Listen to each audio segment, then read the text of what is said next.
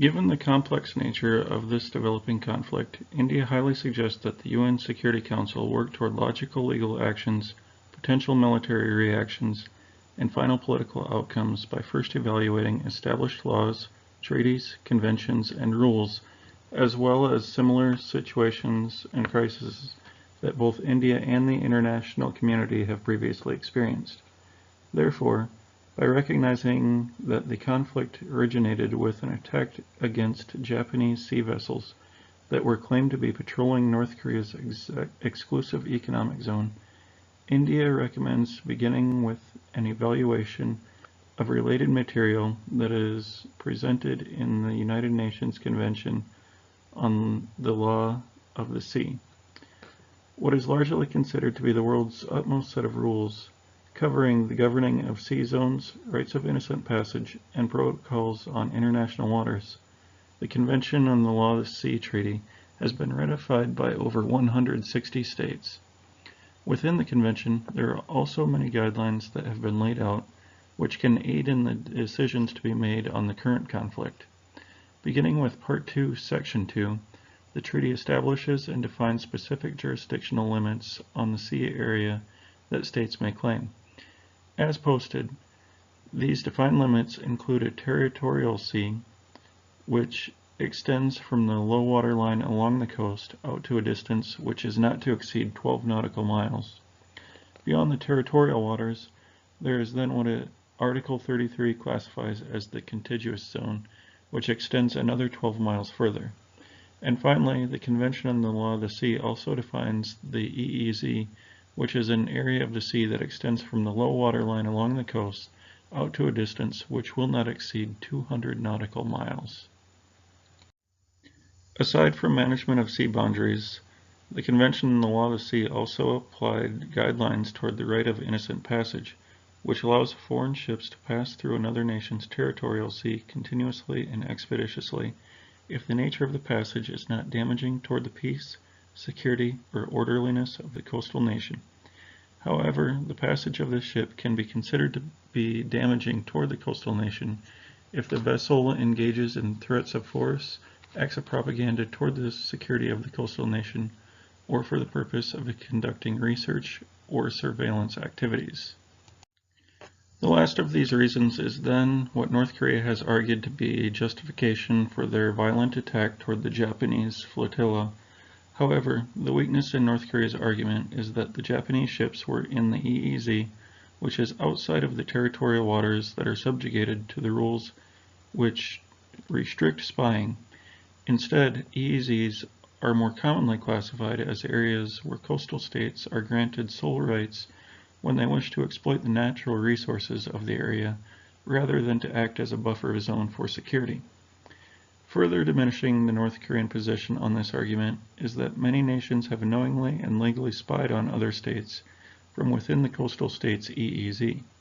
A recent example of this includes a Chinese ship that was monitoring Australia and US war games from within the Australian EEZ.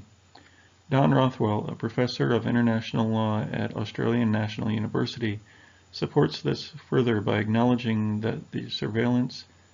military vessels regularly conduct from within the EEZ of coastal states by arguing that this behavior is not exceptional. Next, the Security Council would also be wise to consider this crisis as it relates to Article 2.4 of the UN Charter, which asserts that all members should refrain from using force against other states in a way that may interfere with their political independence on territorial integrity. However, a significant exception to the constraints defined in Article 2.4 can be found in Article 51, where it is stated that nothing should impair the inherent right of individual or collective self-defense if an armed attack occurs against a member of the UN, until the Security Council has taken measures necessary to maintain international peace and security. As can then be derived from the broadness of the language in the article, a state would be allowed to use military force as a self-defensive measure in the event that they are attacked. In correlation then to the crisis at hand, this legal position can be applied to the group of unmarked sea vessels containing North Korean citizens that carried out attacks of chemical warfare against the U.S. territory of Guam. And as this attack was carried out against a territory of the U.S., it is also important to note that the U.S. has previously utilized this article as a reasoning to wage war against Al-Qaeda and the government of Afghanistan. However, North Korea's defense for their initial attack against Japan can also be considered to be an adherence of Article 51, but directly points more toward the Caroline Doctrine that had stood as the accepted international law and regulation of self-defensive measures prior to the UN Charter being established in 1945. In accord with the Caroline Doctrine, and North Korea's argued path of anticipatory defense, it is recognized that states shall have the ability to defend themselves not only in the event of existing attacks, but are also given the right to wage preemptive and preventative measures toward threatening states. By evaluating preceding events of this nature, the Caroline incident was brought up during a rift between the United Kingdom and U.S. in 1836. In consideration of this event, the U.S. Secretary of State claimed that self-defensive measures should be limited to cases in which the necessity of that self-defense is instant, overwhelming, and leaving no choice of means and no moment for deliberation. Understandably then, in observance of this line of reasoning, India recognizes that discrepancies will remain between the judgments and justifications of coastal states as they pursue their right of preventative self-defense. However, in response to the ongoing crisis, India has had little reason to believe that the Japanese flotilla were intimidating toward North Korea in a way that could be construed as threatening to the rights of individuals or ill-boding toward current standing of international peace or security. Instead, India finds that Japanese self-defense forces, which have come to be known for their reputation to take on international peacekeeping missions and UN peacekeeping operations, held a rightful position in North Korea's EEZ and demonstrated little motivation to mount an offensive attack toward North Korean territory. Moreover, India is in agreement with statements indicating that, with a long standing of international peace, the Japanese self-defense force will engage in a military response if attacked, but that no Japanese commander wants to be the first one to fire a shot in anger in more than 70 years.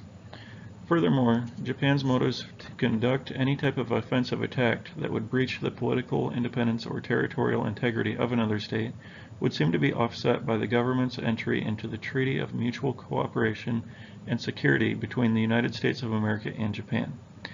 By entering into the earliest form of this agreement in the early 1950s, when Japanese security defenses were depleted because of World War II bloodshed, Japan granted the right for the U.S. to install military bases within Japan's territory. By agreeing to this, Japan was able to maintain stabilized peace by allowing U.S. forces to exert power over both domestic quarrels and conditions that would require protecting the country from foreign attack, while allowing the country to focus on an economic recovery instead. According to Japanese interpretation of this agreement, there was also an understanding that Japan would be restricted from deploying troops overseas or from mounting offensive attacks.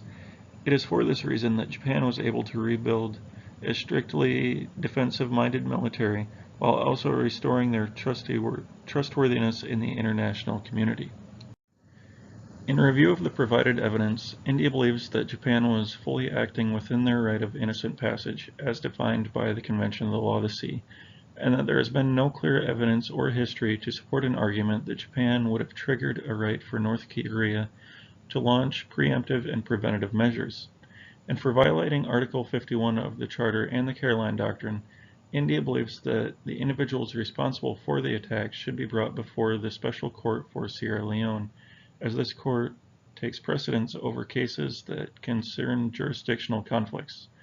Furthermore, as the Security Council has reacted 8 times in the past, India recommends that the Security Council look once again at Chapter 7, Article 39 of the Charter, while recognizing that North Korea is a threat to international peace and that action should be taken. By acting, the Security Council would also undoubtedly need to determine to what extent the measures in Article 41 should be carried out. However, complicating the situation is the fact that, similar to Japan, North Korea has aligned themselves with a global superpower by entering into the Sino-North Korean Mutual Aid and Cooperation Friendship Treaty with China in the early 1960s. Originally put in place to promote the presence of a united front in opposition to Western powers, the treaty requires that the two countries will take immediate military action to defend the integrity of the borders of the other country in the event that either country is attacked. Although, with North Korea's recent actions and detonation of nuclear devices, which is in clear violation to the United Nations Treaty on the Non-Proliferation of Nuclear Weapons, skepticism is beginning to mount as to whether China would construe these actions to be a deal-breaking breach of the agreement. Evidence of this growing skepticism has recently been supported by Chinese educators, military analysts, and former Chinese military personnel, who have rejected the idea that China must defend the belligerent actions of their neighbors to the north, which, although the cancellation of their treaty with North Korea would not have been the simplest of political positions for China, it would be permissible, as is stated in the Vienna Convention on the Law of Treaties. By evaluating how China could remove themselves from the treaty with North Korea while applying and properly adhering to the given rules detailed in the Vienna Convention, China could merely point to Part 1, Article 60, which states that if a participating party breaches the details declared in a bilateral treaty, that the other party may consider the breach to be a justifiable reason to suspend or terminate the treaty. In taking this path, it is believed that China would be able to consider North Korea's use and buildup of nuclear weaponry as an infraction upon the United Nations Non-Proliferation Treaty, which could also be considered an infringement on the Friendship Treaty. Additionally, China could also justify the termination of the Friendship Treaty by claiming that North Korea was in violation of Article 1 of that treaty, which states that the contracting parties will continue to make every effort to safeguard the peace of Asia and of the world and security to all peoples. Nonetheless, China has remained up to this point in an unclear position toward the support of the treaty with North Korea,